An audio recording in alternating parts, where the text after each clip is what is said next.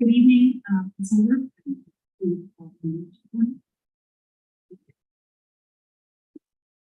Welcome everyone to the August 9th policy committee meeting. We'll take roll call. Ms. Holder, Mr. Lane, Swarthmore, here, Ms. Spitzer, here. Thank you. All committee members are present. Committee has received the minutes from the May 24th policy meeting, and meeting to have motion.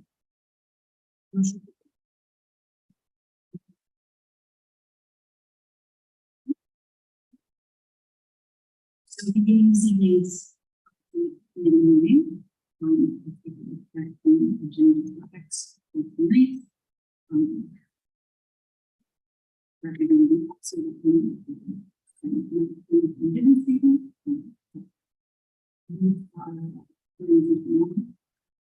Meeting protocols in terms of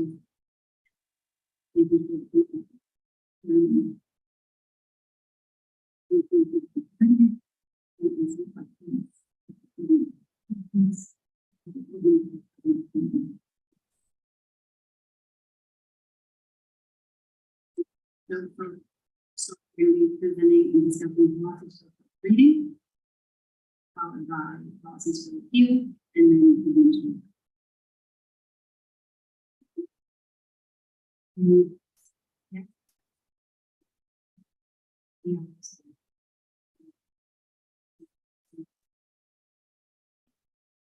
With so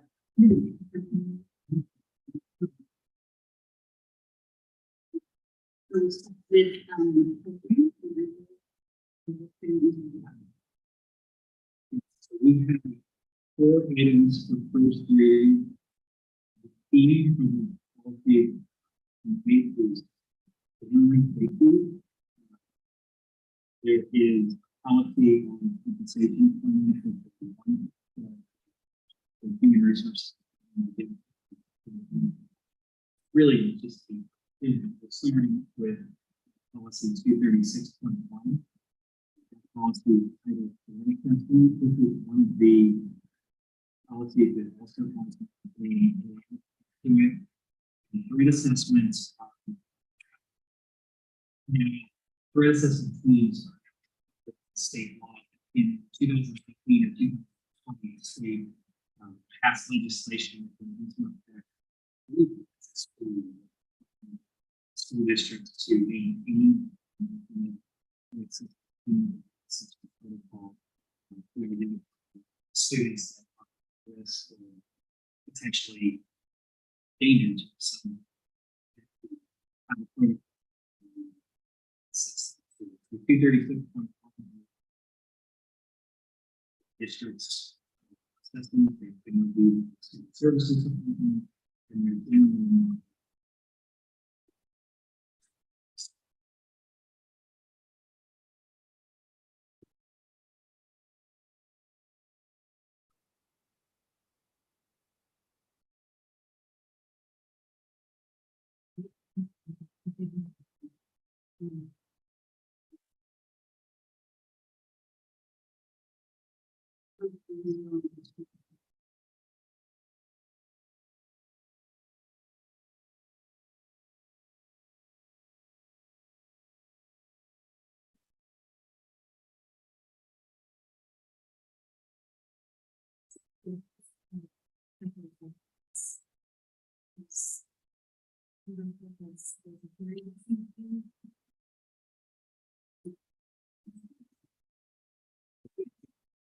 yes.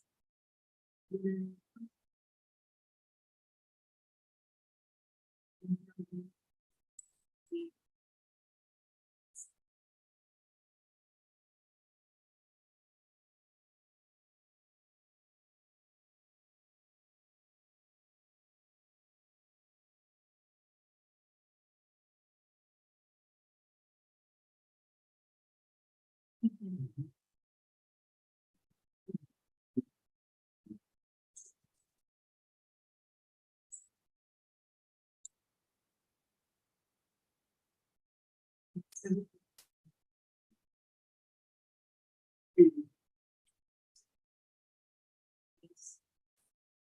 it's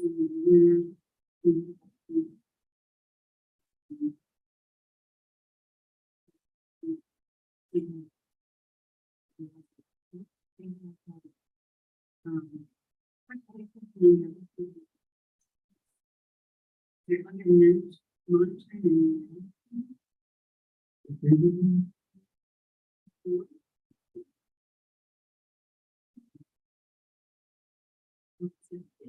Individualized plans of students. The process is to plan. So my question is, the way that's written, I just don't understand. Does this mean that the plans put into place as a result of the system, or one that's already in place?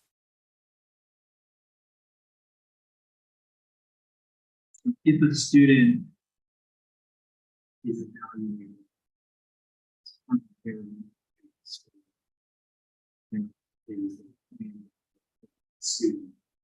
It could be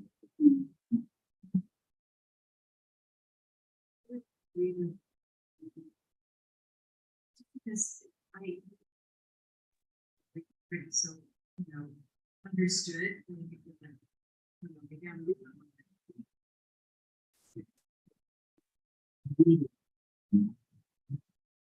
think what you have to do. The student.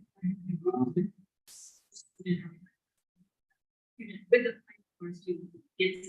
So if you scroll up to there's language that says, for instance, we shall develop an individualized plan for each student identifies as posing it for the student values. And then if you keep reading that, that's referred to. It's sort of like, it's almost like Yeah. Can I read that?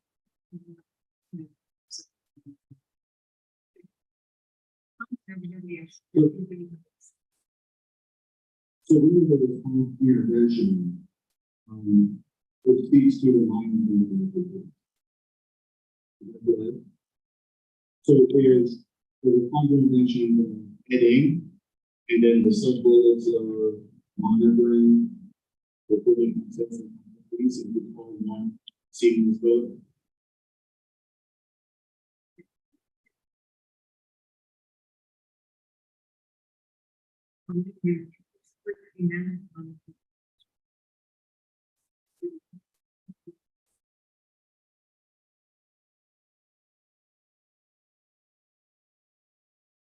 No, I'm trying to understand, we could rather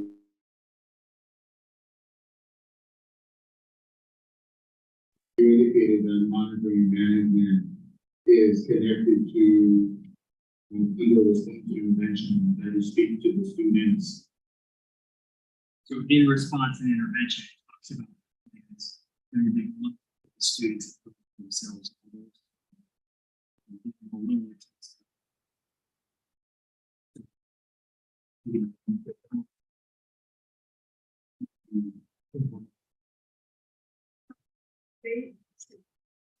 Suggestion would be students with disabilities and just have it all work together under response to intervention.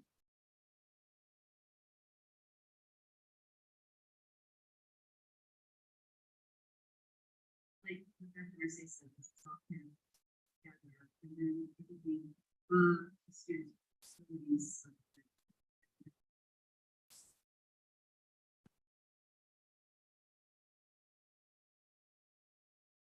So the students with disabilities section goes together with the safe school. That's really one. The students with disabilities.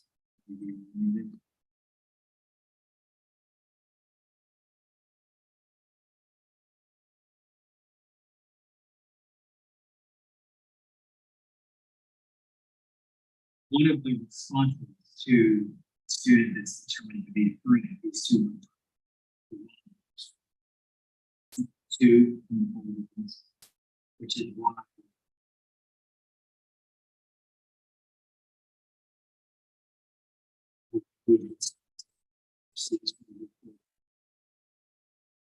students with disability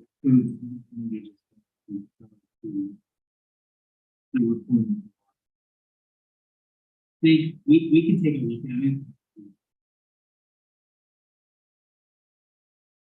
We'll take a look. We'll take a look and see if it should be removed. Not sure that there's going to be. We'll take a look at it.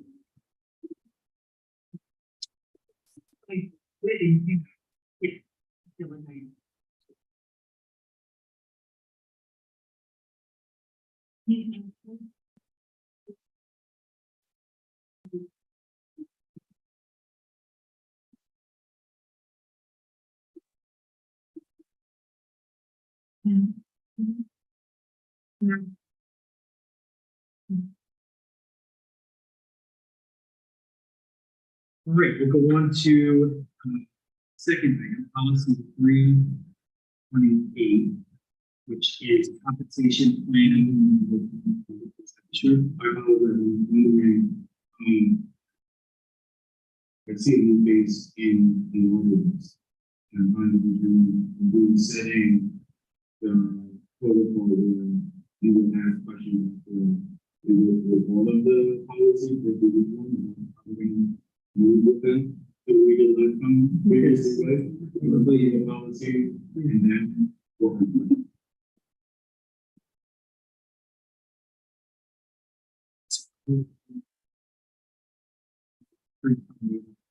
This is the policy.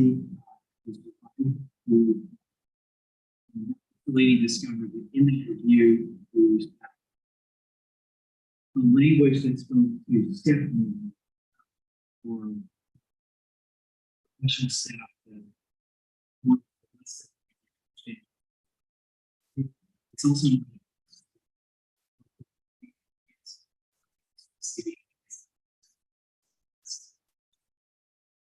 this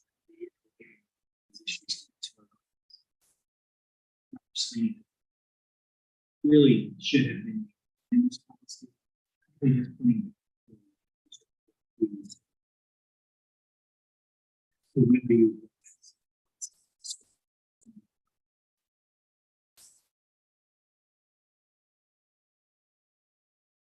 Yeah, my question is, there is nothing written in status at the very top. That's what you say we're reading. Very good. The status of blind, they've been traditionally blind. It's reading, okay. Well, I've noticed at least the other one, You must. the ones that didn't. either way, that's they'll get reported out of this committee as recommended for first reading. They did. Was part of the software application that we go on the yeah, yes, it's like, Maybe that's what I just found out. yeah.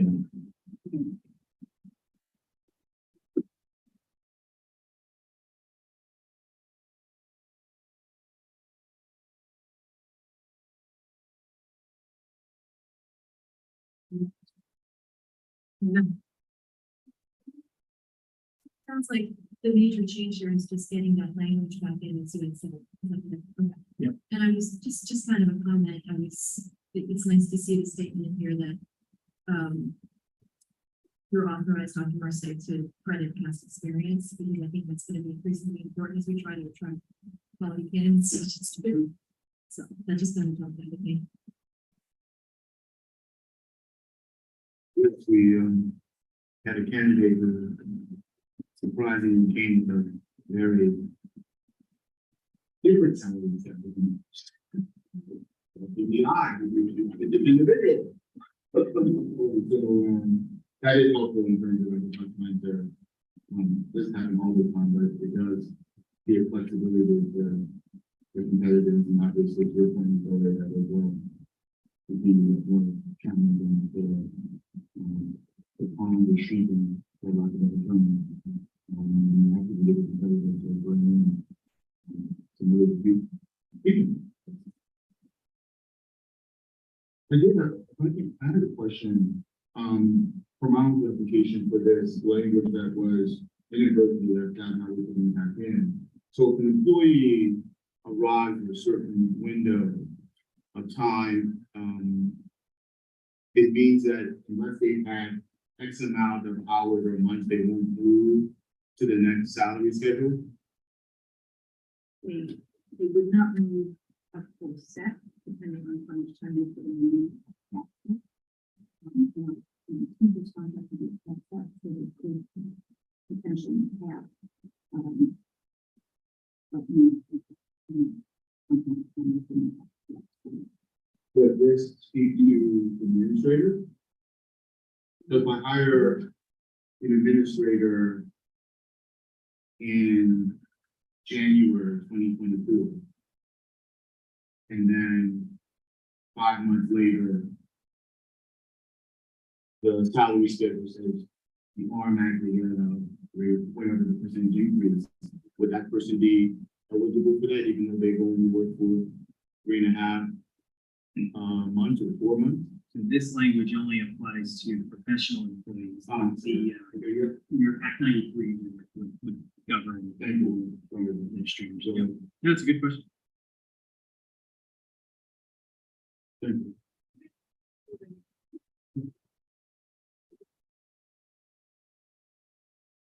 All right, so next will be, actually, if we could actually go to 907 first. I think that would make more sense sequentially. This is the school visitors policy. This is what we tried to do. You'll notice later in the agenda, we have 4 policies that are recommended for repeal. The reason for those repeals is we've taken that content, we've created a comprehensive safety policy. The school visitors policy is more than just safety language in there. So it wasn't really a great example of a policy to be repealed and consolidated into 805, but it certainly has relevance to 805. So we recommended maintaining 907 on visitors, and you'll see it in revised form. I think the revisions that you're seeing are probably fairly straightforward. What we want to do is just make sure that visitors to our building have a legitimate educational interest in being there, that they follow the rules, and if you don't follow the rules, then you can't stay. That's essentially what the policy says, and it includes some guest management procedures. So what you do when you get to the building, how you check in, the identification you have to present, the rules that you follow while you're here, and the expectations upon departure. I think it's a fairly straightforward policy, but if there's any questions or comments, feel free.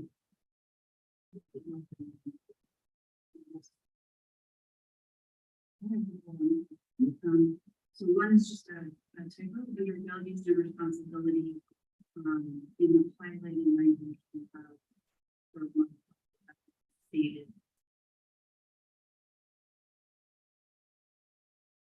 So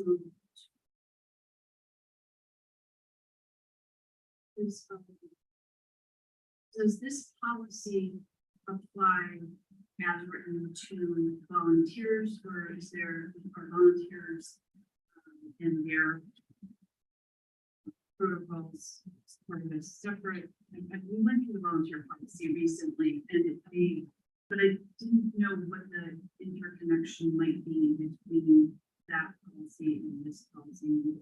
Volunteering to So most of the volunteer policy talks about the clearances that would be needed. Trying to pull up the volunteer policy. I think that this is kind of like, They're not written. They all should be consistent. anybody who enters the building has to do these things, even if they've been there, 20 times every week. That's what I was looking to, just to make sure that it doesn't matter if you're here, right? And we cross-reference the visitors policy in the volunteers policy, so to show that the requirements of the visitors policy do apply. The volunteers policy takes it a step further and talks about mandated reporting, clearances, and things like that. What and the role, you know, Right. in the school setting. Okay, great. I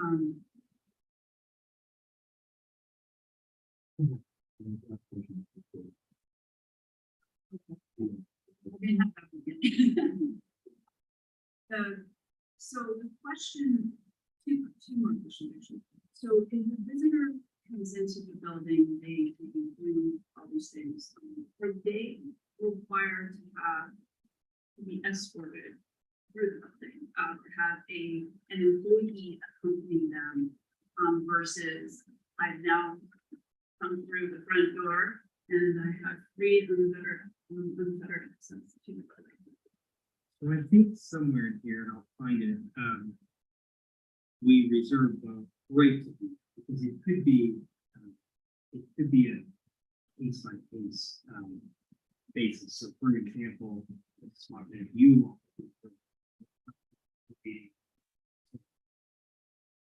the folks at the front office know who you are, and so you can go down to that. So if somebody that's here for the first time, you know, that's coming in to do a site visit, that's never been here before, we might say, okay, this is supposed to show you around. So sometimes it depends on who it is and what's, but the policy does give us the power to I think I'd like to see us make that a requirement. Now I know that puts an impact on staff. If we're gonna ask that a visitor is always accompanied and in the presence of an employee of the district and not just running the building. But I don't feel like as a board member should be treated any differently than anybody else, and for the consistency of the application so that we don't have exceptions for this one and exceptions for that one and everything. I would recommend that we should not have unfettered while school is in session, because it gets a little complicated when school is not in session and people are in the out buildings. But while school is in session, we do not personally believe that any visitor should be roaming through our buildings unaccompanied by an employee of the district. No, it's, I have to say, before transparency that, it does happen. Mhm. We have community members who come for a legitimate, meeting, and they check in the main office, and, they get received, and they, our secretary of staff will say, your meeting is in D226, right down the hallway, last door to the room. To the extent in which at that moment, as you're giving that individual direction, they can go down the hallway and make a left at the stairwell. And then make their way downstairs to the cafeteria, or make their way upstairs to the classrooms. It is something that, from a safety perspective, principals, a risk, even though at the end of the day, whether you're using them or not. There are, however, times where we would meet that individual in the office, and then we would take them, but it is not a consistent set of rules that say you are to be escorted to your to and from that location. Like my children at work, and no matter how many times you visit with us, we will walk through my work building. And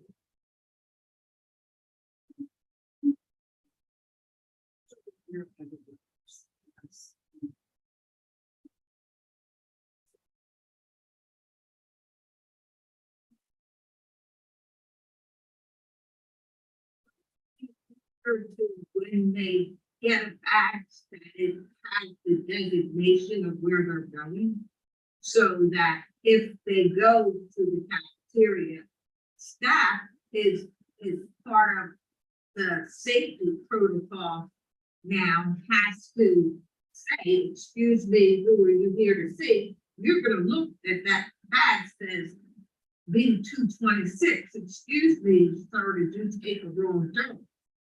The thing is that And then I can see you escorting them to where they need to be. you could, but you're hoping that they do see that. I was looking down, I did have my idea on this.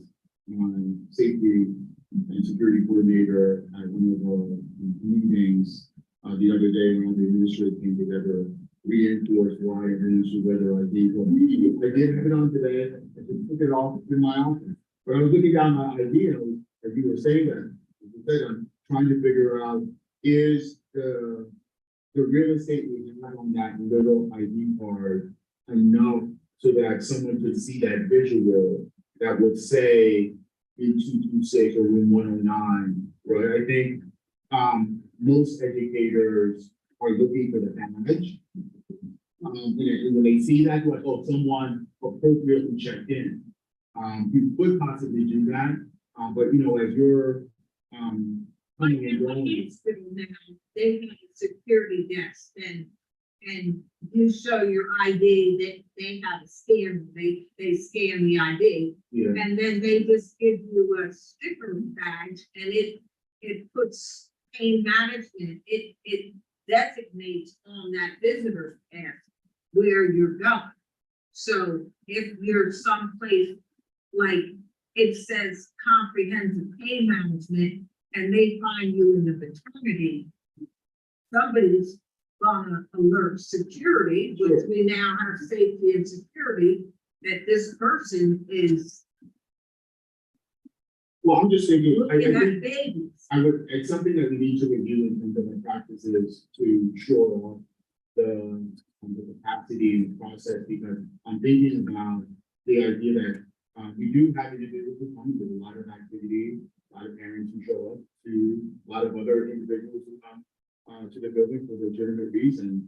And if my safety aid is outside on recess, my other safety aid is downstairs monitoring the cafeteria, then we need to figure out when that individual comes, is it, if I am meeting with Mrs. Walkman, then since I'm calling the meeting, I need to be responsible for going downstairs, meeting an individual and then bringing them with me. So maybe it could work out that way. I'm just trying to figure out who could possibly free up to be available for that type of rotation. So, we could possibly look at if you have an individual coming to the building, you have a meeting with that individual. It is not in the main office, and it requires them to go throughout the building, and the individuals who call the meeting need to greet those individuals at the door. To some extent. The main office. At the main office, to some extent it does. So one of the things that we have is that when I'm in high school and parent comes to the school counselor, like they would get their badge and they would say, sometimes an IT meeting, their parent would come to an IT meeting. Normally those meetings held very close to, Yeah. Well, we can. Just think about it. We can put that in there. We'll follow up with the protocols, with what happens when they come, so that, you're not sending someone on the third floor, go down the hall, make a left, go up the steps, when you get to the top of the steps, make a right, and then go all the way down. At that point, you're wandering around the building and people are wondering, they'll see the ID and they'll realize that you're a visitor. Our teachers are really proactive in terms of, if they see someone walk around and say, can I help you? In terms of that process. So we'll look into that, make sure that we confirm that we have something in place that does not allow individuals to run through the. It's almost more with the elementary school, because there's more likely to be parent volunteers. Yeah. And then, of course, the teacher can't leave, Yes. nor should they really be asking an aide, who has their own responsibilities. Yeah.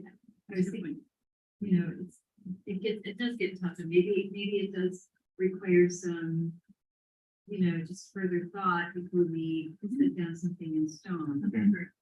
Look into that, look at that door. to-do list, this year in terms of showing, we'll confirm what that process looks like in the building.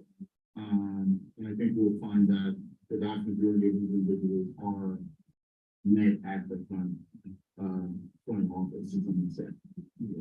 One final on this one, is, so when we go through, we have the ID that's scanned in the, Raptor system. When you exit, is it also, if there, I know that we're supposed to sign out, like what's when we actually left, but if you're, does the Raptor system actually keep a record of when you signed out, or is that only in the, like, the little piece of paper? If you go back to the main office to sign up, Yeah, some visitors are clean, right, where they don't have that process and that language that there isn't, for instance, like a hospital where you start to baby or you would start to see the void after a certain amount of time. okay, so the We record. have to record you going in. We have to record you.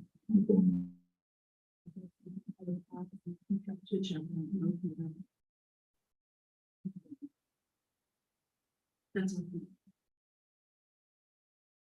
No,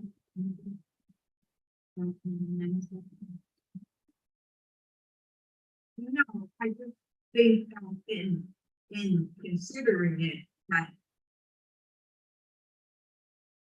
it should just have a designation on the visitors. And that's just the secretary writing. No, I think, I'm looking at this regarding, I think she believes that we can try to do that. And make it a lot more common. I was thinking on side, what is it, like, to be doing that, but it would seem that we may have enough real estate with their picture. 99% there where you can enter photos about them. And then it would print out on the back, no location. Wasn't that something? That be part of that policy I can make for them. There's a couple of laws that have made their way into direct, yes, couples. Yes. There's more than one. We did call, our pest control, and they did, fumigate the area, but it seems like we have a couple of visitors. I'm the only one who's very. Yes. That was just so fun, it's like, oh, it'll do. Yeah. It's fire.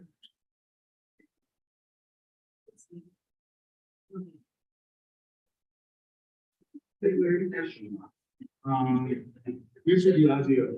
The legality of no recording. You know, in the age where individuals engage in conversation and they start taking their camera and they're gonna record the conversation because they don't think Dr. Merced is being receptive, and is giving individuals directive to leave the building. I thought we couldn't prevent, from a legal perspective, anyone coming in and exercising the right to record a conversation between students. Can we do that at a school? So areas that are open to the public, you're a little bit less, you're less able to restrict that. Yes. But someone, there's no entitlement of a member of the public that is coming into the building. Okay, So you have more discretion. discretion to sit in the room. Okay.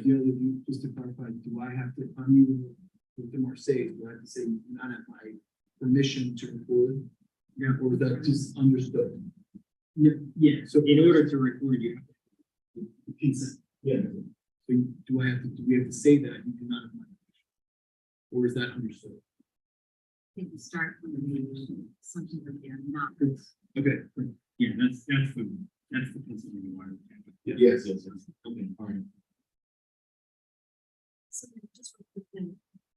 So the staff member can also observe that they don't want to be recorded. Correct, because it says for, so it's without prior approval of policy, okay, without prior approval of the superintendent. So they get approval. Do they need approval? I'm sorry, I'm trying to follow you in the same, on page 2. Okay. without the express. Ah, yes. The issue is that in the school setting, given that there's minor children, there's possibility that there's student, protected student information that could be around. You want to set the default to be, you can't report. Now, there could be a legitimate reason why it's fine to report. You would need permission. You don't just want those. It's different if you're standing in a public place, on a public sidewalk. You can't prevent someone from reporting. But in the school setting where there is confidential information, student information, law, you set the rule and then building the procedure for. Well, I'm saying that because, they've been,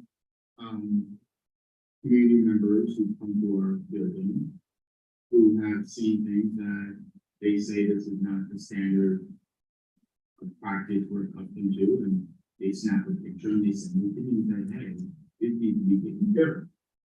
And I appreciate that, right? It's, hey, sorry that you had to see it that way, but you need to let me know. I just don't wanna, I don't want to create this where, like, I have to tell people to stop doing that as part of this policy.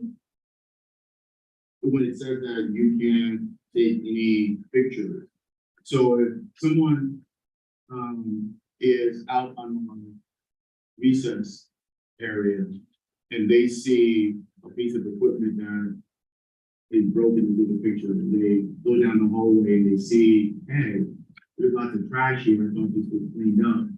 Marseille, you might want to have someone turn on to. They said that this policy would stop them from doing that. Well, remember, this is only for school visitors. Okay. So if it's other staff members, that's. Or other parent. I'm saying specific to a parent who came in. Like, I appreciate it to some extent. Communication about certain things that should be repaired, should be cleaned. Sure. That my heart didn't fall in, and I appreciated that, and we addressed it.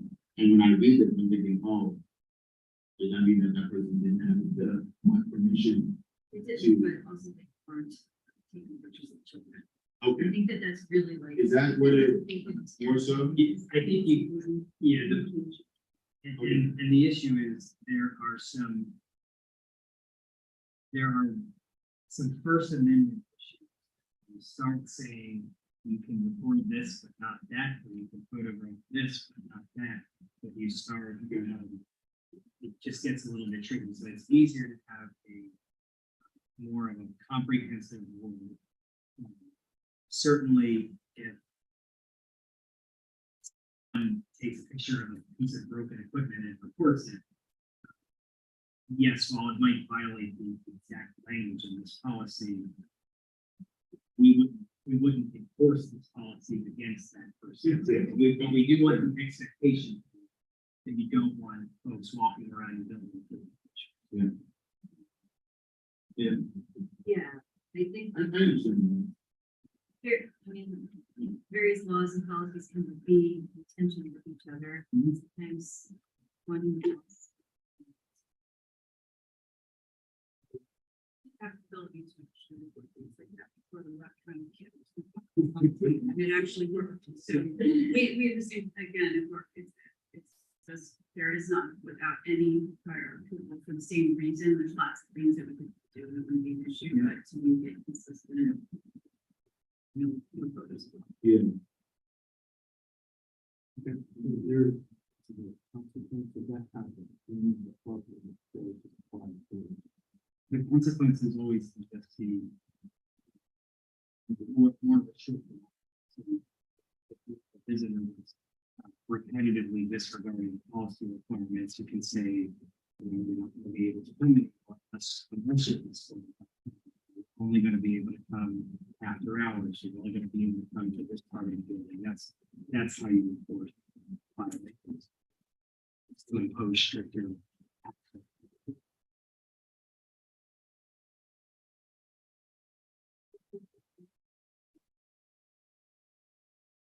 So we'll move on to the big policy for this evening, which is 805. district-wide safety.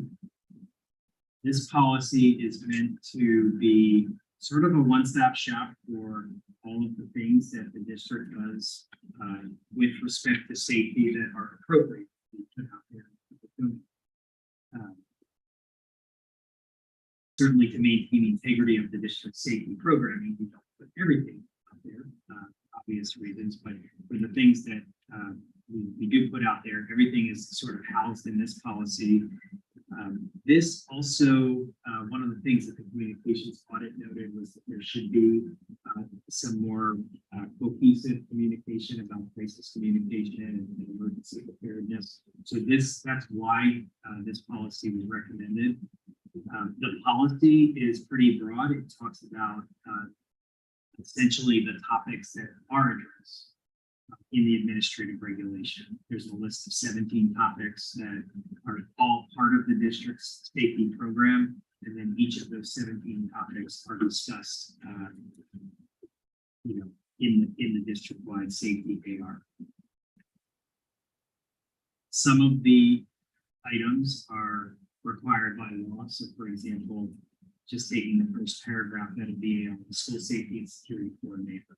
That's a role that's required by Pennsylvania law. The duties of that individual are outlined in statute. The requirement to have, an emergency plan, that's a requirement of law. The requirement to maintain a student wellness committee is a requirement of law. So many of these things are required by law, but they're all in one place. And that's why in the next section of the agenda, you'll see 4 policies that are recommended for repeal.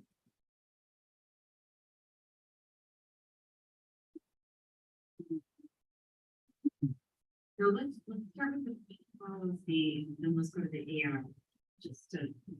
Anybody have anything related to this specific policy that's been written? Do you have anything? We'll go to the longer email. And then related specifically to the policy. No. I do. Okay. So on purpose, I'm trying to just creating a safe, secure, and positive environment for all district students, staff, other stakeholders in the community. Kind of seems like it's. Can properly have a positive environment, I don't know, just seems a little bit disconnected to me, but I understand that we're trying to accomplish a lot with this policy. Under purpose, if you can start with the purpose policy. Yes. Okay, okay.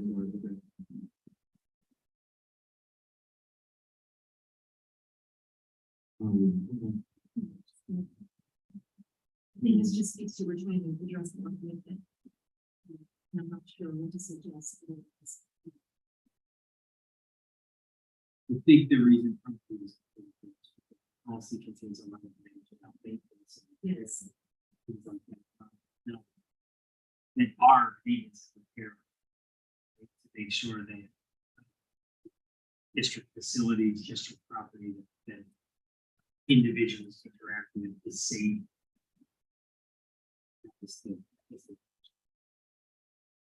I love the reference to the strategic plan. I thought that was great for the policy. Under guidelines, when it speaks to review by internal and external stakeholders, is that, so that would be the second paragraph. Is that meant to include community members? What is that? That's more so law enforcement and other emergency management officials. Okay. Like emergency operation plan is reviewed by the chief of police, and not necessarily you bring the committee in and say, what's it about? How we're gonna react. But definitely not a wider community group conversation. Yeah. And then number 12.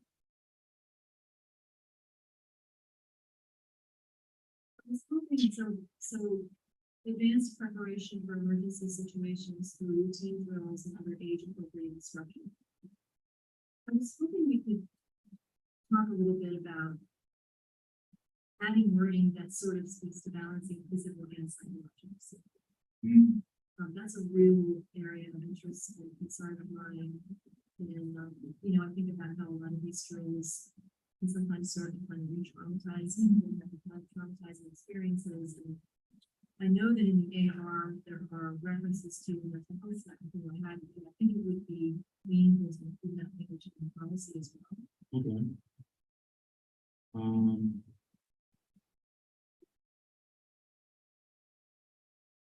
Can we try to figure, we'll put that in there.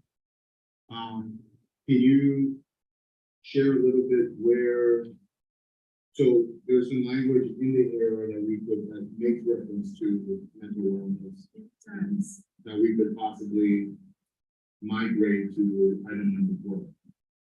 I don't know if it doesn't, I'm either or. Wonder if there should be expanded language in it. So there are routine drills that required in the school code and take place.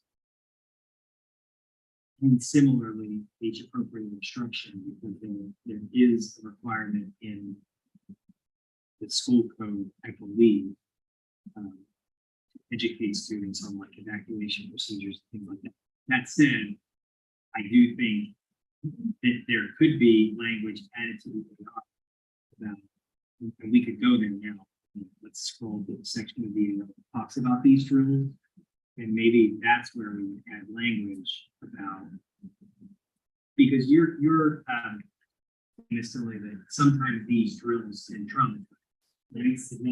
Yeah, it's beyond making them age appropriate. It's tending to students' psychological safety as well as physical safety. So, yeah, so what I'm processing what you said is, go within the AR. It would be extremely beneficial that if we memorialize it in the policy language, with, now I'm thinking with this over statement, it might be number 18, or a sentence afterward that says that the district will ensure and review safety protocols and remediate or evaluate the impact of the something of that nature. I mean, ideally, it would be great if, and I mean, the National Association of School Psych, we can have guidance about school resource, not only school resource officers, but law enforcement partnering with mental health professionals from the top down. You know, when you create the policy, they had a seat at the table, and you know these issues are addressed right there from the get-go. Okay. And then it kind of trickles all the way through to when you have the actual drill. I'm wondering if it would make sense in the AR to include follow the mental health staff after the drill. We do, I think we do these things anyway. Yes, we did. But putting it in, Okay, right. all right. You're talking about like the regular fire drill?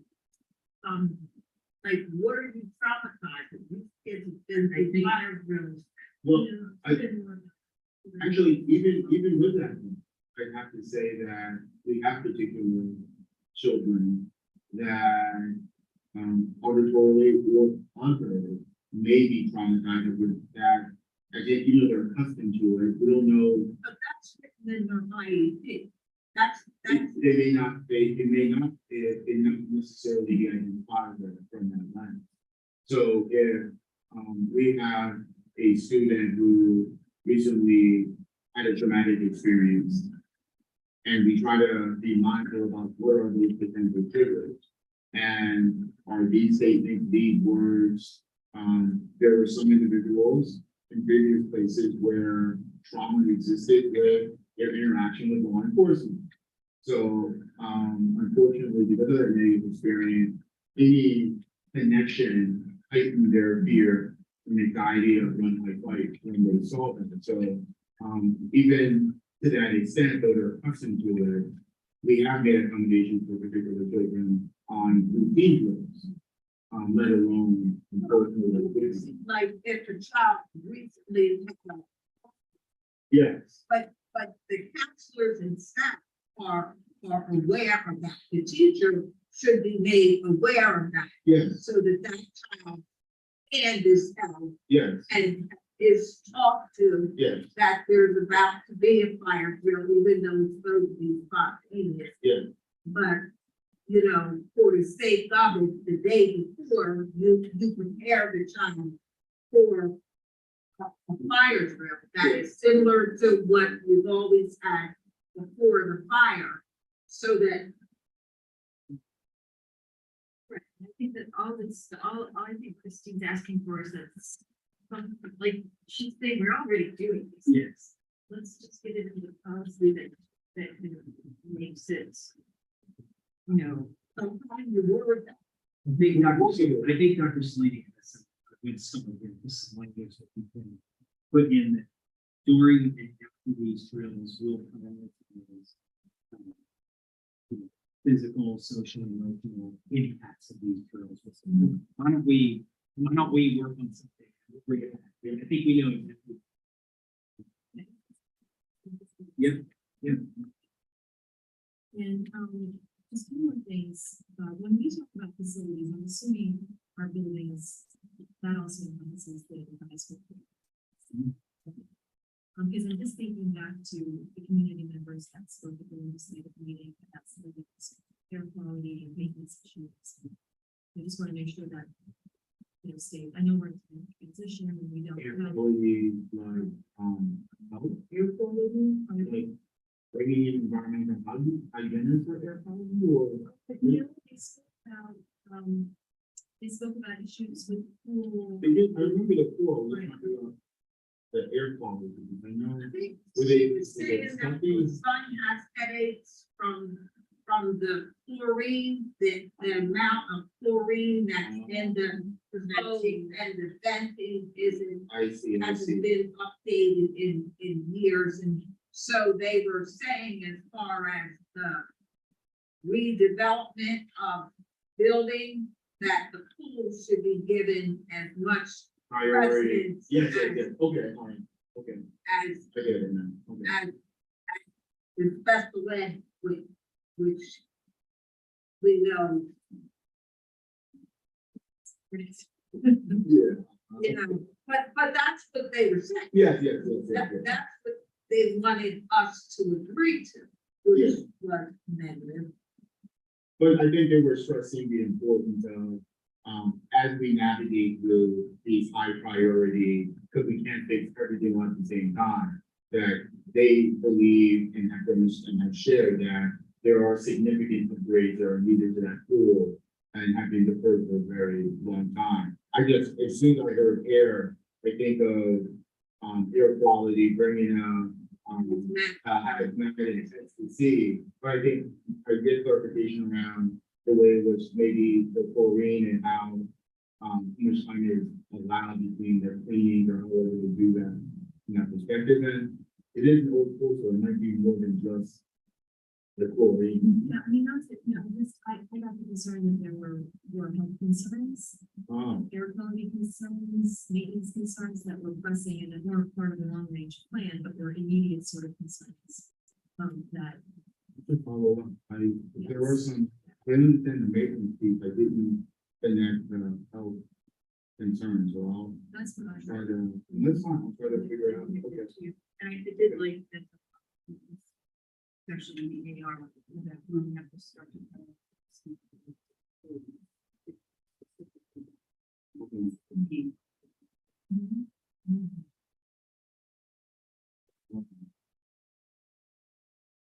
And the one last thing I just wanted to throw in, the last platform refers to video. Mm. And I'm hoping we can talk a little bit about, privacy interests, you know, protecting privacy interests of students that we talk about video recording. You know, and a little bit about maybe the data on the efficacy of recording, you know, considering potential harms of recording, it just seemed like it was something worthy of conversation. That in the cameras recording system section, is that? No, I'm going to be very. It said the board authorizes the installation of YouTube video recording devices in and on district facilities. That's, yeah. The purpose of the recording and the service. Well, today, I wish, and I told my coordinator of safety and security, I'm exercising my authority and I want cameras on these fields. Because um, I had 5 young men who took the opportunity to simulate football activity on the turf field that is not ready for people to walk on, whatever they were simulating. And as I got their attention, I just wished I was 30 years younger, because I would have put up to them. But they should be track stars, because they took off, and I went walking, and I learned the hard way, do not run those days are long gone. No, there's no video, because they're too far out in the back, and they jokingly told, Mr. Bly, who actually came to pick me up, all the way on top of Lane. Because that's how far, when they exited out the opposite end of the football field across where we play soccer and frisbee, we know that property, which to me, the first time I was like, oh, look at this little trail. And there's this little trail that goes down. So I went down there. I almost had a workers' comp doctor, so they need to almost get a little steep. So right where it is, in my street. Right? So, and then I realized that, oh, the neighbor's right there. And I'm walking, I was like, property. And I was still on the path, and I saw a neighbor. I said, all right. I said, you have to see like 5 young men just casually looking at me. And she told me, yeah. Okay. And they're like, are you Dr. Marzine? I said, yes, right? So, The bird will be out in the yeah. So yeah, so I asked Mr. Brown, I said, you know what, if we had cameras, I wouldn't have to. Yeah. I don't know if I know we do, but whether or not you can see them or not. But I'm interested in hearing your thoughts a little bit more about the privacy piece and what you're thinking about the camera. With the video recording. Is a video recording in terms of the cameras we have within the district? Is there video recording in terms of students recording each other? No, the district reporting students. Okay. Do we have been signing sort of waivers about understanding that they know that they're on camera at any given time? I don't believe that is the case, no. No, so for, the only place that audio would be used is on vehicles, and the vehicles have to be posted. On our buses. Video doesn't require. We do not use video footage. It generally overwrites. So our cameras, which are monitoring the hallways, all of our entrances and exits, the parking lots,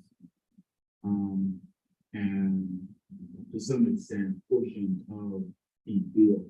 We don't go all the way out in that process, but that's normally where all of our cameras are situated, where we're able to see.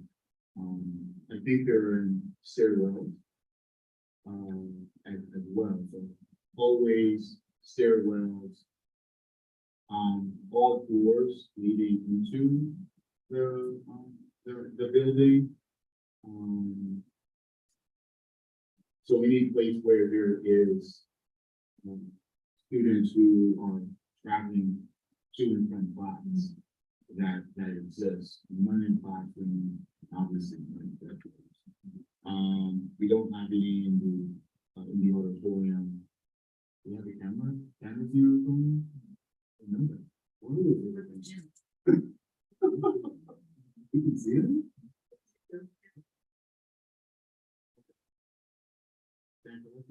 So those areas, the gym as well. Yes, we have that. Yep. You know, from a legal perspective, what is the reality? How is that? So there's not a lot of, it's like you're in the video record. You probably, on the, I think I could speak this, but you'd probably be surprised how often the video footage actually be really helpful for the school district. There's certainly a trade-off, right? Like some would say, well, you shouldn't record at all. At the same time, far more frequent there's allegations of bullying, sexual misconduct, allegations of student on student, staff on student, video dispositive.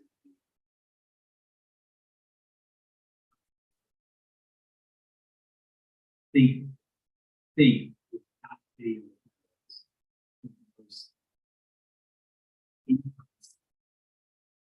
will be operating in a less secure environment, and the pros of the video are some of the privacy issues, mainly because the video is not available to anyone. Right? So you have to have only specific individuals have access to the systems, and it can only be used for certain folks. I've been honest with contacted that there was an incident that my child reported. I'd like you to please investigate and please see whether or not this occurred at this particular time based on what my child has shared with me. So it has been used in order to do that as well. Beyond just the district investigating incidents that may occur in the hallway. And these are generally surveillance cameras. They're not individually focusing on a specific student in the classroom or specific, you know, they're positioned so that they capture. I mean, am I misspeaking at all? No, they're not your top of the line NASA engineer camera where I can see every purple in your face. It takes some work to identify people off of our campus. I mean, there is obviously some programming that with the board approval, would be nice, but our cameras take some work. I think like, there was an issue in our community where they wanted to put lights up at the basketball. And we pushed back on it because of the fact that, well, one, it wasn't that other course, and two, that it would pick up, it could inadvertently pick up a child doing something that it was about putting out the lights, but they could maybe see the child doing something else that could lead into law enforcement and could really, because they're high school and middle age, it could really mess their future up. So it was an issue on privacy there, but I would think in the school setting, it's more for surveillance, not for to find something. If they're not looking for an incident. Maybe we can, because what it says here is that, you know, we're doing this to encourage safe and appropriate behavior in school facilities. And investigate and respond to this crime. I guess there's just a flavor here to me that's punitive, and I know we're trying to avoid that with a lot of this. And I also, you know, I mean, I think about some of the findings about the disproportionality of our discipline, you know, with our discipline as it stands now. I wonder how this dovetails with any discipline policies that we have. It just, Yes. For me, my experience with parents have been to follow up on an investigation and to confirm what witnesses have shared.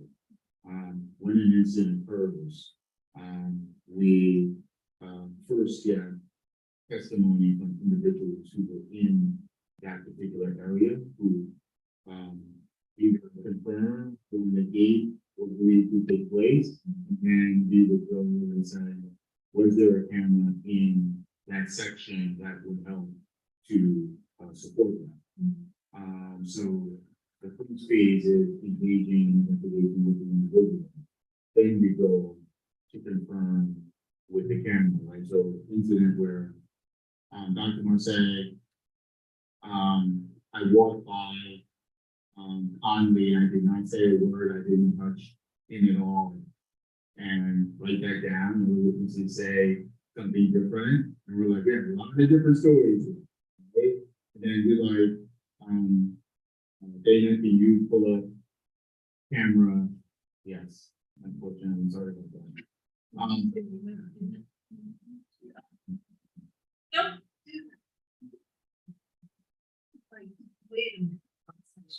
Yes.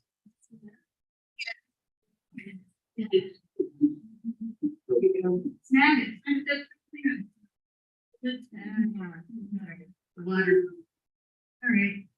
Sorry about that.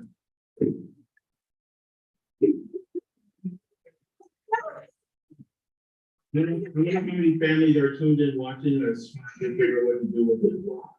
Sorry about that. But I think,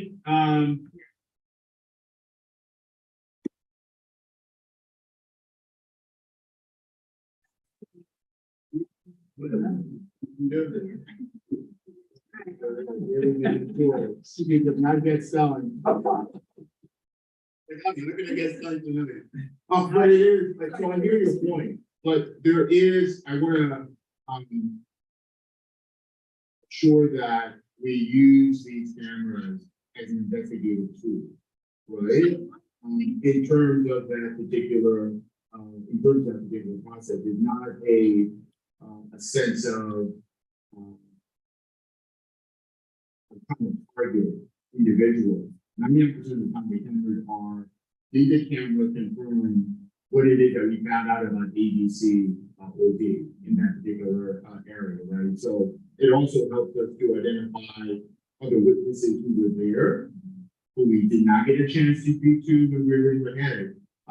Mr. Lay, we saw you on the second floor at 157 walking towards the classroom. Did you hear any commotion while you were walking, right? And that would help us confirm and support our investigation. So the cameras are used for investigative purposes in investigation. Well, we keep out, appropriate behavior in school facilities and have something that says devices are to encourage a safe environment in it within the school facilities. There's Cameras are also determined, right? So there are some times where individuals will put a camera that is not operational, but the fact that people see that through the camera, they're less likely to engage in that activity. So I think that's the language around if those devices do help to support a safe environment. Is it the appropriate behavior? I think that is what seems to be the rub. yeah, because that's a subjective statement. What's appropriate behavior? Well, that's your discipline. It's whatever your code of conduct is. Right. I think the key issue here is the cameras are used to investigate and respond to misconduct. Now, to Mr. Lay's point, that doesn't mean that that response to the misconduct is punitive. It could be that something allegedly happened. We investigate whether it happened, and let's say that the footage revealed that there was an altercation between two students. That doesn't mean that we're going to impose punitive discipline, but it could mean, well, now we know that something happened. What type of restorative practices are we implementing with these two students to make sure that they get along? So what I would say is I would encourage you not to read response to misconduct as punitive, because many times responses to misconduct are not punitive, but there are positive reinforcements or some sort of restorative. It's not even punitive, but there is a response to misconduct.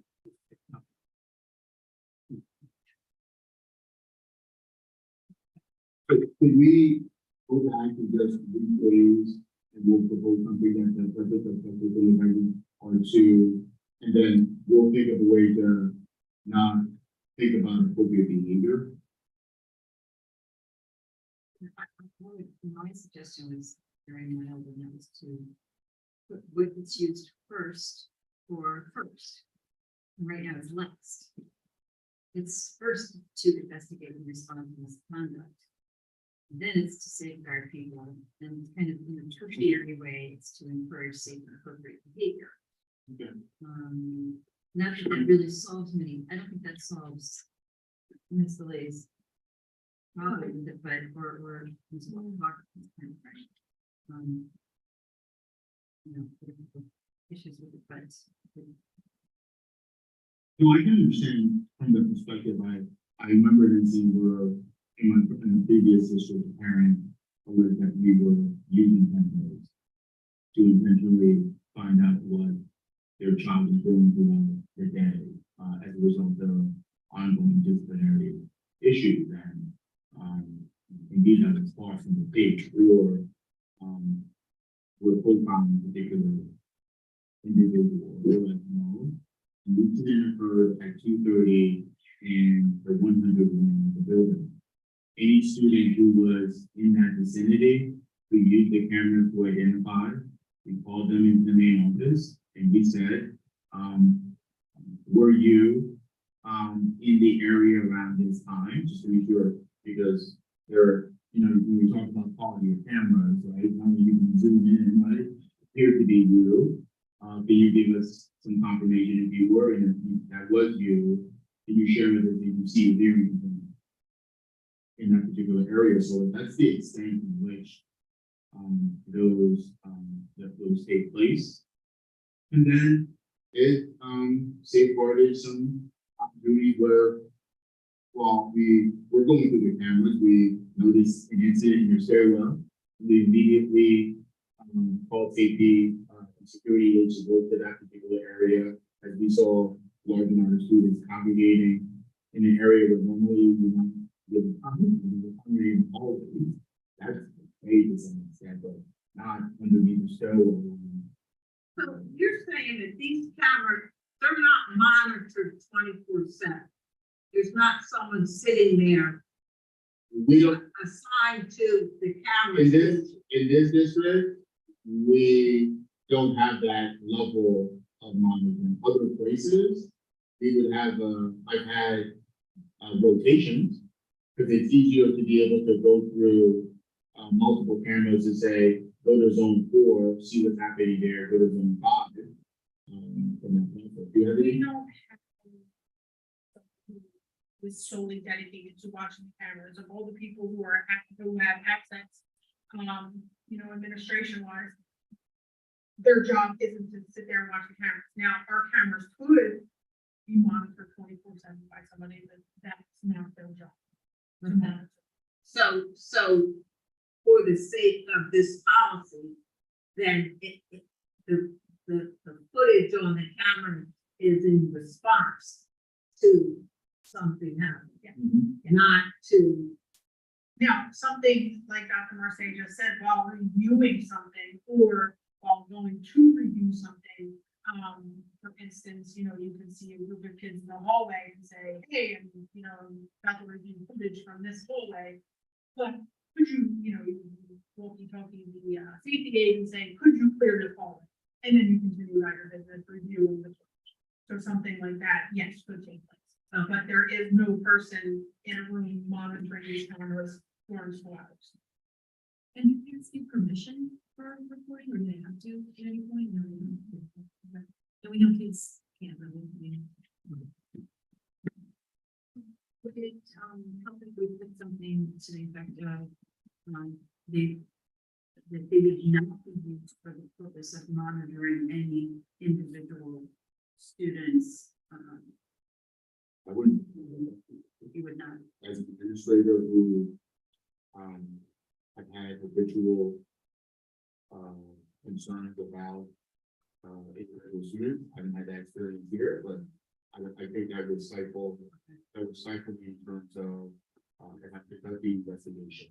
and determining that, we need to make sure that we do appropriately include people in the right place at the right time. They're not doing what they historically have unfortunately, given us evidence to say that they're engaging with it. But it goes back to what I was saying before, we're not intentionally monitoring or surveilling children. But the cameras are very helpful in terms of if you are in those positions. But that's not, the situation or cases here in this district. Do we also put alleged misconduct as opposed to? It's not accusatory at this point. Yeah.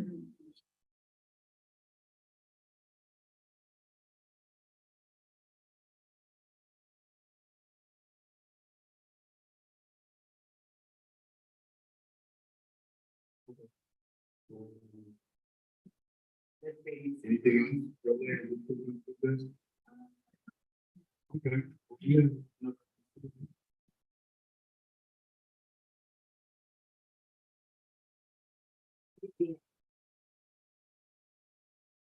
We're almost there. Yeah. In terms of the AR, again, I'll just say right now, in case anybody else caught it, I caught and already told this with the other, that there's reference to Director of Operations and Director of Buildings and Grounds here, and he kept them, or he made them, yeah, that's fixed. Yes. I think there was a couple of other minor periods at the end or whatever.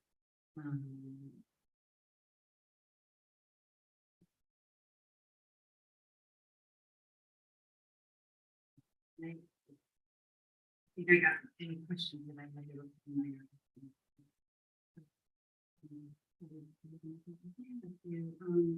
So just right in the very beginning of the school safety and security coordinator, item number 1, and it says right there, I said, Oh, it says as applicable, but the references to school police officers, resource officers, security guards, I'm just a little concerned that even including the references, we will have folks become very concerned that, oh, are they about to have school police officers, resource officers, we prefer to just delete it. But anybody else have a preference there? Delete all school officers and youth officers? Police officers, Yeah. and safety and security, that's it. Oversee safety, school safety and security. Since we don't have any of the others, right now, not expressed an interest in having. Okay. Security guards that have, that's true, that they're contract, yeah, but I agree with you, Kelly. I didn't see that. I just think it's gonna, ignite more questions about what's the intent. You could say all safety and security personnel. And that would be, yeah. Yeah. Okay. Yeah, I don't know the extent our safety and security program has the ability and the authority to oversee. Or,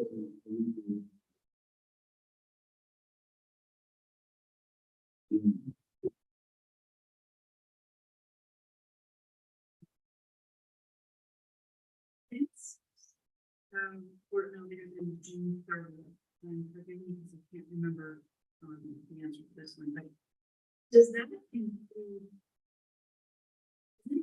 Self-assessment, an actual self-assessment where we're reflecting on how are we doing with,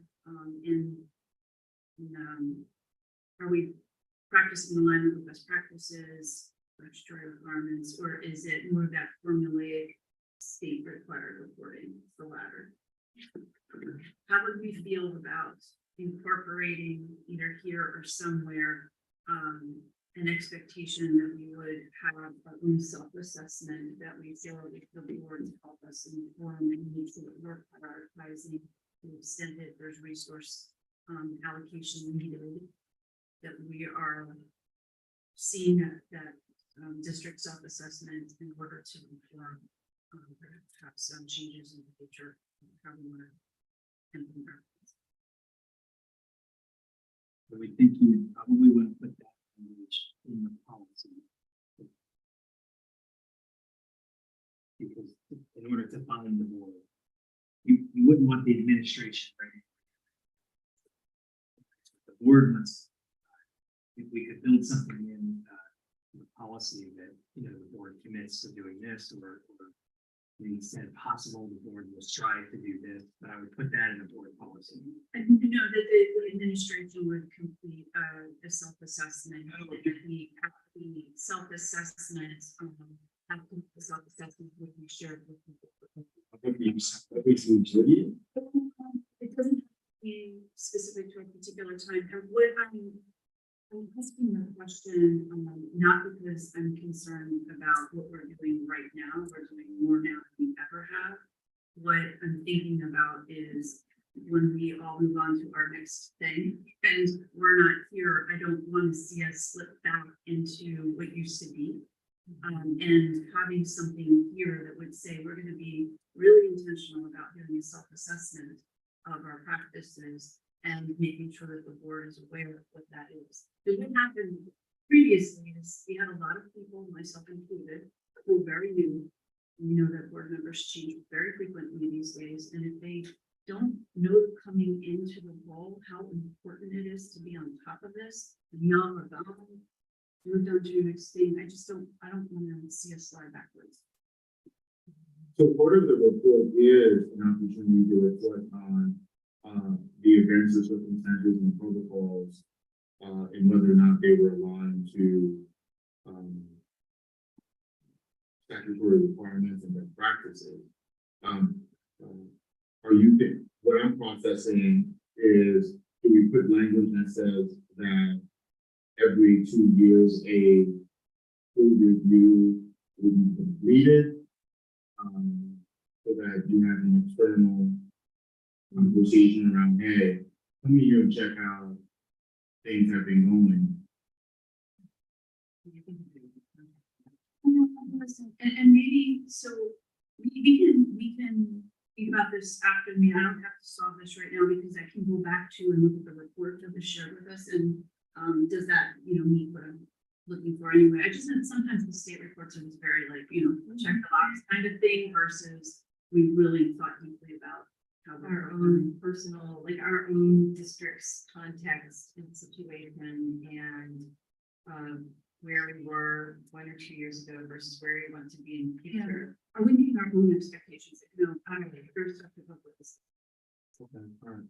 So if we could just think about that, and I'll look back at the report. That I very state police will come in and do an audit of the buildings. How often does that occur? It's often in two requests, some of it, I believe it's. So maybe that report would be that talks to the physical safety. Inspection of buildings during the day, evening. See the lights that are out that shouldn't be, where there might be lights that are on it. This would reflect on it. I'm sorry, I've got a couple different things here. This now item number 7, we put that conducted coordinated tour at least by and what is that? Is that every 2 years or twice a year? Every 2 years, that comes up as the MOU with law enforcement is renewed every 2 years. As we renew that, there's supposed to be a walkthrough of the building. I had a question on that too. I had asked, who is this tour for? And it's for law enforcement. Can we say who it's for? And then It does say with the law enforcement agencies. Yes. I just would like to see at least, but We can say that.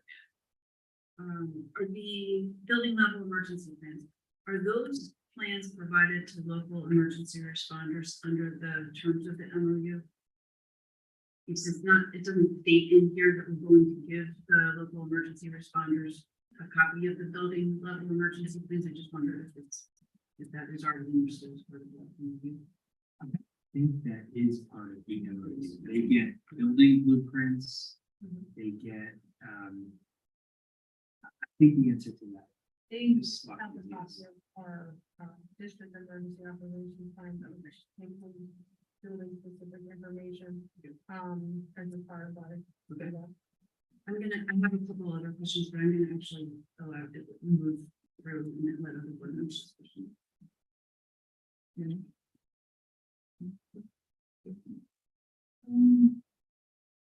So under the building level emergency plans, I guess similar to what I had brought up earlier about the physical and the psychological safety, I would love if these plans were drafted with input from local and county emergency management officials and collaboration with behavioral health staff. I don't know what that would look like. I don't know if we do that now. I would imagine we do, because as I read down, I can see that, for example, it sounds like Megan participates in the safety committee, so I feel like the voice is there. It's just, I would love to see it even higher up on the, but I mean, this is sort of more, I guess, philosophically procedural. I don't want to, I feel strongly that voice should be at the table. It wouldn't be It was created by.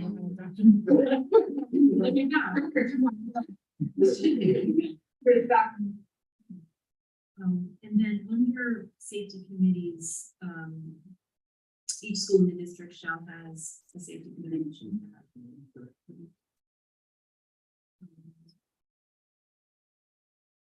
And then under, which is the missing period summary, under, under building maintenance repair, there's a period missing, so it's on page 4 of 8. At the bottom, there's a period there.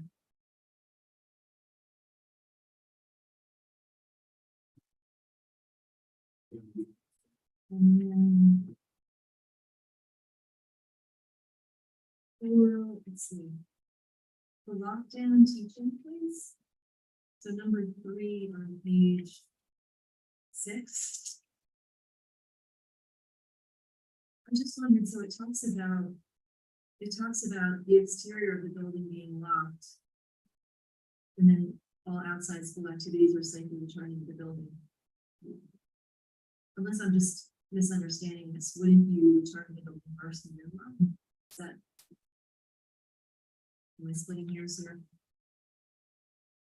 I found this one. Is it number 3?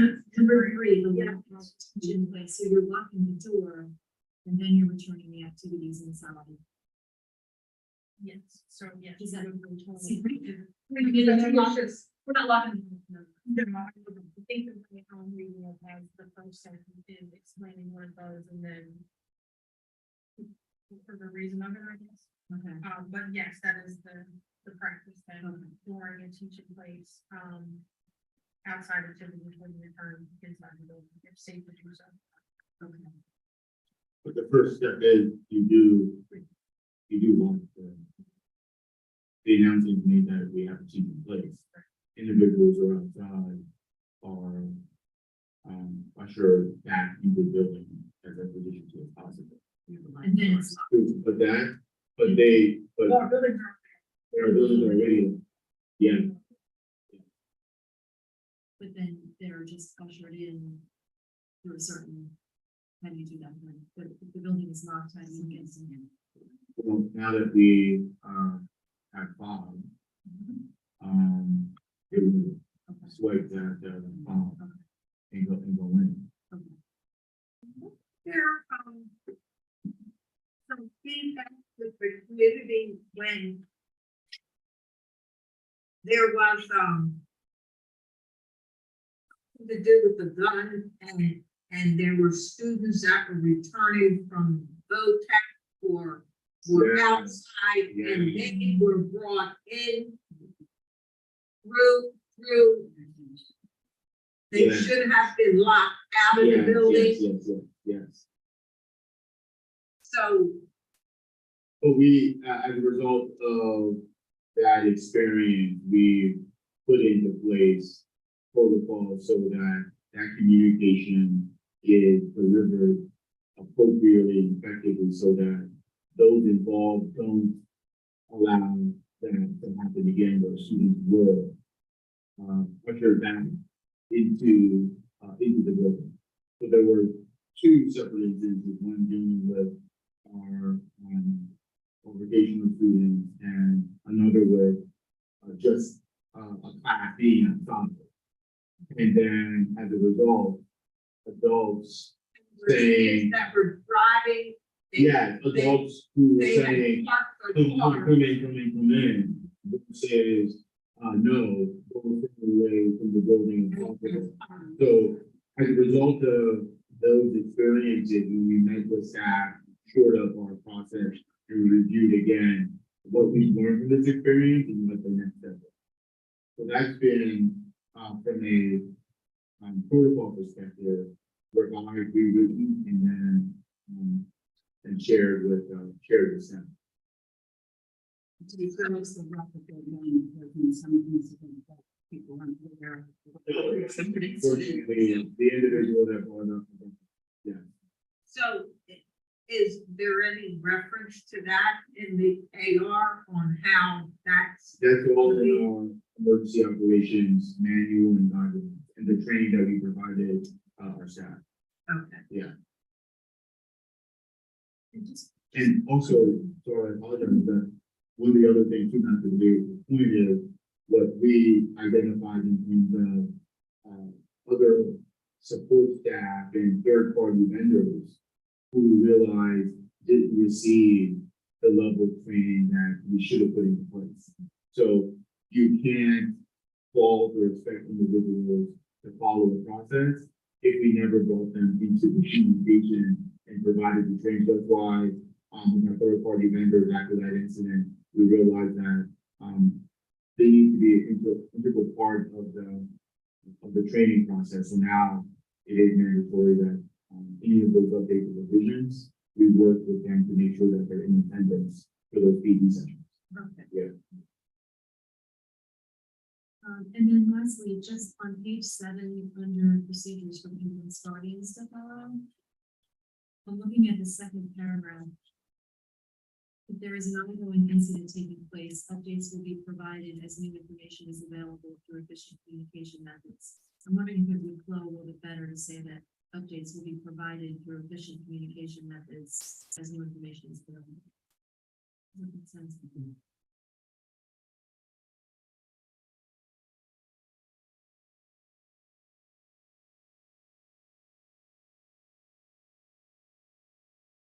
One in that same section, actually, the paragraph that ends with the words is appreciated. So 2 paragraphs prior to implement letter of procedures.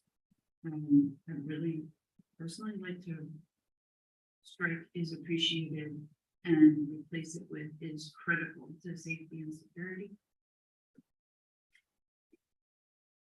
Not gonna stop some folks, but yeah.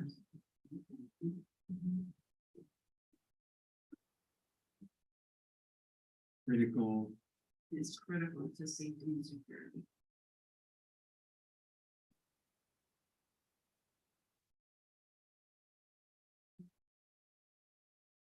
Oh, so that's to stop parents from coming and picking up their kids and You know, the situation we're now talking about. Emergency responders to get to the building.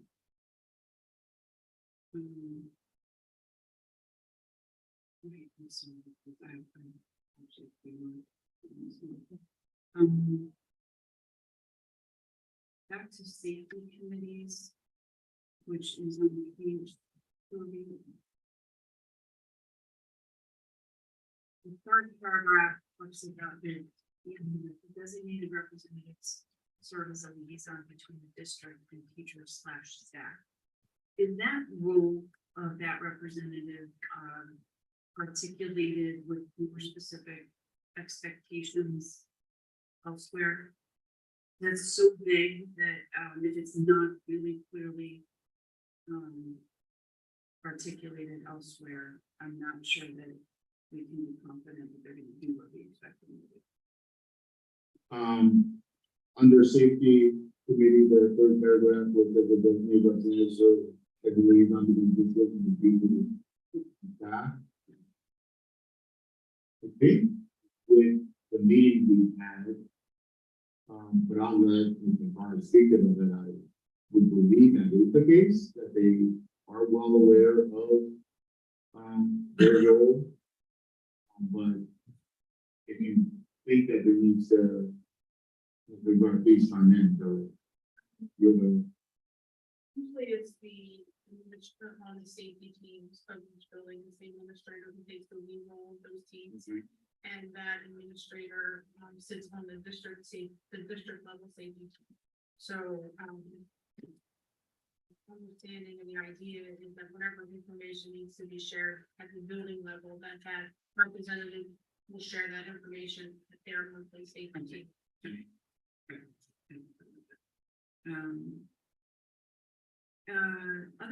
So bottom of page 3, other safety related programming and services. I wondered if it would make sense to add cyber safety to the list of other safety related programming and services for students. Or is it sort of incorporated somehow? should I do another policy? Different, like, Yeah. That's fine. Number 5, disruptive behavior disorders. So let's move down here to the left. Is that Page is in, same page? okay, page 3, Yeah, item number 5 at the bottom. managing stress, Yep. okay. Is the term disruptive behavior disorder, or is that like, it seemed really broad to me, but I'm not a professional in this area. If you're comfortable with it, I'm comfortable with that. Are you verifying it's a simple? It seems so broad, and then like about, the everyday kid who bit disruptive in class, do they have ADHD or something? Is that who we're talking about here? It is pretty broad. Could it be narrowed somehow?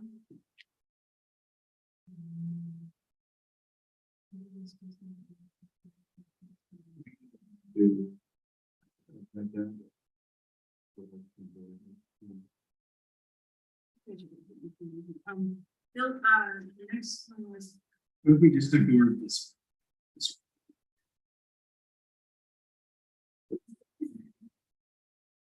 Oh, it is, I would add. okay. Yeah.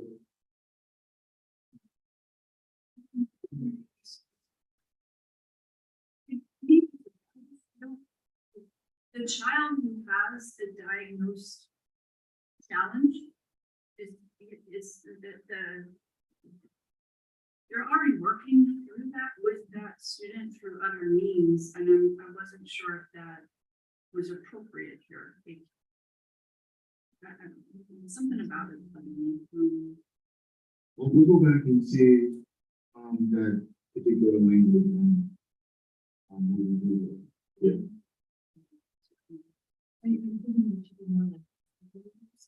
Yeah, because it's kind of making me feel like everybody has to learn how to manage stress and anxiety. We need to, of course, we need to educate and our own substance abuse and everything, but you have, ADD or you have a spectrum disorder, and so I'm gonna help, you need to fix that. It's the way, I don't know why, I'm very maybe sensitive to this right now, but that's what jumped out. That is not something to be fixed. I'm not even sure. Does it have to be there? I don't know. We can take it out. Like, in what context do we, Right. like, what are we talking about? We'll just take it out. To the extent that child might be actually a danger to themselves or others from a safety related perspective, that is being handled in an entirely separate.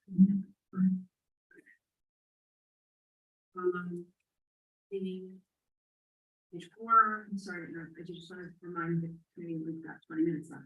Yes. Okay, I'm gonna go really fast. And maybe I'll end it on this. Building access and guest visitor management. No, we don't want to strike it. Well, We're saying that we just want to get a concept, because obviously more opportunity is needed. We will come back to that, but we didn't want to. Cut you short. Thank you. Yeah. So building access, guest visitor management procedures, the last sentence in that section is about who has access to keys and access cards. Mhm. And I just wanted to confirm, are the keys access cards, is that restricted only to employees? Custodial staff, I don't think you must have to have those. And basically what I was concerned about is making sure, again, because we have a lot of folks who are very routine, volunteers. They should not have access cards or phones. And is that something that we need to be very clear? No. But I did just complete my safety and security training. Okay, all So, right, okay, I'm gonna explain it. Okay. I'll let you guys, Well, my we perspective are- is they should not have. We are attempting to put into place much more streamlined process where individuals have been comfortable in terms of their ability to gain entry. And we want to minimize that. Still create a welcoming environment, but there are certain folks that shouldn't have been authorized or given access, even though understand your relationship to the community and to the district, which I appreciate, but I wouldn't have given you that broad access. Well, they're also, there's some, I would think, in terms of our insurance coverage, they are not covered under our insurance, either as a non-employee, right? So, Yeah. yeah, we should have. Coaches, that's also a very simple quote in terms of the ability to pass that to the assistant coach, and then pass it in to somebody else in terms of the process. So we're very mindful about making sure that there's not too much, and I get the idea of everybody's like, oh, yeah, fine. You can electronically code them to who it goes to at any point in time, cut it off, but that's usually after the fact. Not during the whole process.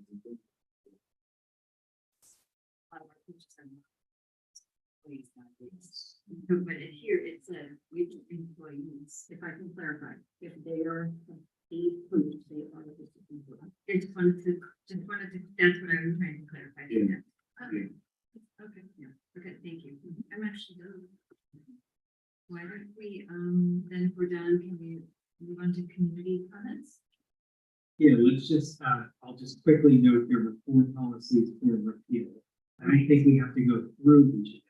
Anybody had questions, all of that content, they're just being repealed because we talked about maintenance. Maintenance is spoken about. Building security, we're just talking about the access codes. Performing access in this, it's in 805. So those 4 items come to the board, just completely stricken it off. Great. Lee Aubrey from Rutledge, Pennsylvania. Parents of a middle schooler. I want to thank you all for the work that you're doing tonight. This is less glamorous, but absolutely necessary. Society, so thank you. And they are here on the sound that I'm mindful that our parents, our staff and teachers, the weight that they bear every day. I'm not just trying to teach our children, but really meaning the potential for scary incidences, whether it be weather or anything else, and trying to protect our children and plan for it is a huge thing. So I'm very grateful for that. I came home today actually to talk about cameras. So I was really appreciative of the thoughtful discussion because the practices that were discussed here and shared seem to make great sense and are what I would as a parent think of as like the kind of the appropriate limited use of limited technology. I was glad to be able to hear it because a couple of years ago when I was a parent of the elementary school, I went to back to school that day and all of a sudden they're like, welcome here. this, here's that. Oh, by the way, we put in these cameras. Oh, it's so great talking to you. And I could not get any information at the time. I was a little surprised that my 7-year-old would be already subjected to the surveillance state. So, and then, superintendent could not provide me with any policies, and there had not been any, to my knowledge, devised at that time. So I had lots of questions about, well, what type of technology are we dealing with? Where are these cameras placed? Who has access? What kind of transparent accountability do we have for their use to prevent, abuses, whether it's indiscriminate following of an individual or random teacher relationship where someone's all of a sudden, following their ex on surveillance cameras, as well as the questions of equity. What access do the law enforcement have to videos, with what knowledge of the parents, and do parents have access to the same videos that the district might have in case of conflict? And you will discuss a lot of that. From a parent standpoint, I would love to have more access to those policies and practices, as you described, because I see all around us outside of the school community, our local law enforcement and law enforcement throughout the country very much implementing a lot more very high-tech interactive surveillance that does include, AI facial recognition, temperature recognition, and there's not a lot of knowledge about it or accountability or parameters. And seeing as our district is being responsible and thoughtful, and at the moment has kind of a targeted limited approach, and knowing how mindful all of you are of this balance between equity and safety, it seems like a great time to put some of those parameters in place as we move into the future. The other comments that I wanted to make is I appreciate the discussion of a review of these policies, and I hope that the district and you all would build in kind of an equity review to the threat assessment and safety practices as we move forward, knowing that there is in fact a disproportionate discipline of our students of color and students with disabilities disproportionately make up our referrals to law enforcement. Being able to implement at this moment kind of a thoughtful tracking of what kind of treatment are different students receiving when they are determined to be a threat, and what happens as we move through that process. I think that at present, the district likely does refer to an existing IEP or 504 plan prior to making a law enforcement referral, but that seems like the emphasis on consulting those plans prior to consulting the criminal justice system would be helpful, and also kind of doing our part to not unwittingly feed a school prison pipeline. Thank you for sharing that. I want to piggyback and say that we do want to, in this institution, I had the pleasure of being here, that there's an unparalleled that I have not seen in other places, collaboration relationship with our law enforcement. And I'm glad to see it from that lens. I've been in places where it's a very different type of relationship, and students see it, feel it, believe it, and all of the data supported that. I want to touch upon the IEP, that absolutely there are times where we want to do that. There are certain circumstances where, as you know, depending on the level of that, it's a specific, without having to go to IEP, law enforcement contact immediately. We inform, obviously, of the law enforcement some information to our student and their ability. Whether I just know that that's a very sensitive topic for me in terms of being aware of what the data says, and to check ourselves on the extent of, are we unintentionally creating disproportionality when we have particular incidences. We applaud and respect our men and women in blue, but but there are times where the MOU states that it isn't just a discretionary vote. And it doesn't always necessarily have to be that process. When we have to vote, we absolutely will do that in order to mitigate some of the concerns that you, some of the things you share, and obviously some of the trauma. You're very sensitive to what relationships students have. And I was sharing this with individuals that to a new teacher who was finding was that you never know particular student trigger points. And that's why it's important to develop relationships with children. And trigger point for me is individuals questioning whether or not I'm supposed to be something. Where are you supposed to be? Where are you going? It's a very innocent statement that most people would say, but they don't understand that when you've grown up being asked, where are you going? Where have you been? Every place you go, it makes you feel as though that as a trigger. So there are certain things where we're very mindful of that in terms of those particular interactions. So thank you for your comments. We appreciate them. We love to see you more. Yes, thank you very much.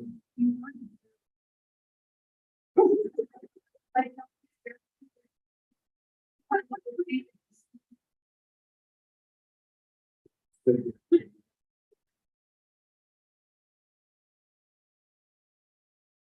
I can just add one more thing before we,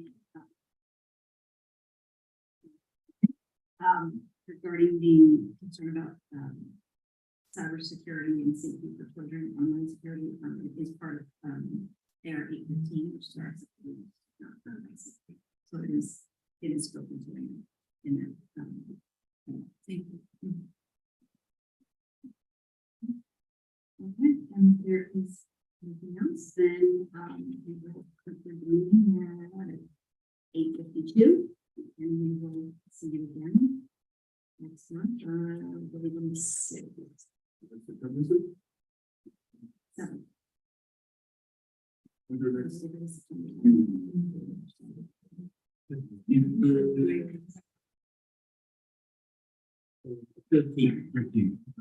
The pace. December 30th. Thank you. Thank you.